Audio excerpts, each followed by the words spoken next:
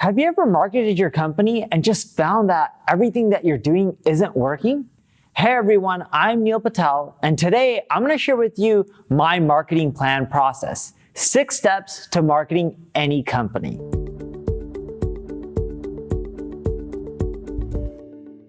Before we get started, I just want to let you know, make sure you subscribe to this channel. That way, when I release more videos like this, you'll get notified. Now, quick question for you. Have you ever followed all the steps that other entrepreneurs and marketers are giving you when it comes to generating more traffic and sales and found that when you implement them, they don't work? Well, that's because you don't have a plan. Just because you market something in a specific way that someone else teaches you doesn't mean it's going to work. You need a plan. So let's get started. The first thing you need to do is define your goals. Do you want more traffic for brand awareness? Do you want more revenue? Do you just need more leads? Are you trying to get more e-commerce sales? You got to define your goals, because if you don't define your goals, you're not going to know exactly what you need to take in order to achieve them. If you have the wrong goals or no goals, you could be working on marketing activities that don't help you accomplish what you're really looking to do. And that's the first biggest mistake that people make when they go out there trying to market their site or any business. If you haven't defined your goals, you're not going to know what marketing tactics you should be leveraging and which ones you shouldn't. The second thing you need to do is understand your customer.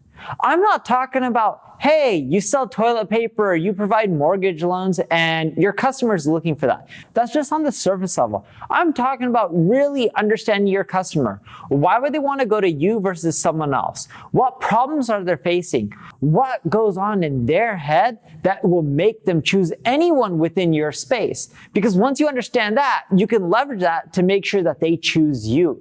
And the way you understand your customers is you talk to them. It's not just about looking at analytics like Google Analytics.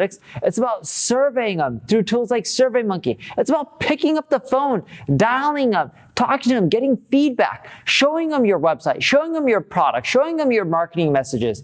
If you truly understand your customers, you can figure out what makes them tick, and then from there, you'll boost your sales, traffic, and leads. The third step you need to do is assess key strengths. What are you good at?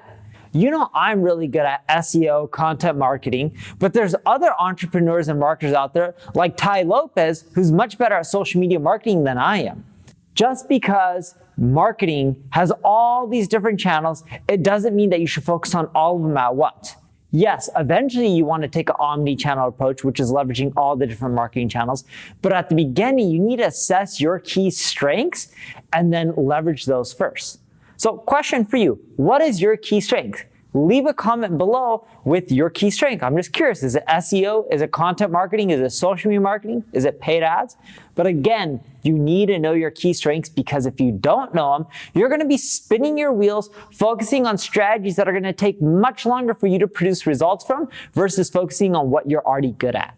Step 4, pick one marketing channel. You've already assessed your key strengths. Now it's time to go with one channel. You may have 5 strengths. You may have 1 strength. Whatever it may be, you want to pick one channel at first. Is it SEO? Is it content marketing? Is it Facebook? Is it Google AdWords? Whatever that channel is, just pick one and then focus on it. You want super laser focus, because when you tackle one channel first and you do really well with it, you're much more likely to get results. Now it's time for you to do competitive research. Look at your competitors. What's working for them? Once you figure out what's working for them, you can then get a good understanding of what you should replicate and what you should avoid. The last thing you want to do is do the opposite of what your competitors are doing, especially when they're already established and making money. Typically, what works for them should also work for you. Maybe not at the same level, but it should work to some extent. So what I want you to do is head over to Ubersuggest, put in a URL of your competitors. You'll see a report. It shows you their traffic, shows you their top pages. When you click on top pages, you can see things like their most popular pages, how many links they have, how many social shares each of these pages have, what keywords they're ranking for. This will all give you ideas on what you should be focusing on and what you shouldn't be. Step 6, this last but not least, define how you're going to make money. Even though you're attracting people to your site, it doesn't mean that they're just going to raise their hand and be like, hey, Neil, let me throw some money at you. I wish that happened, but it doesn't. Hey, if you want to make that happen, feel free to raise your hand and throw money at me. But the thing is, getting traffic is only half the battle. You got to convert those people.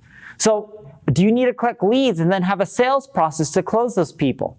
Do you need to create a funnel with upsells and downsells? You need to figure out how you're going to make money.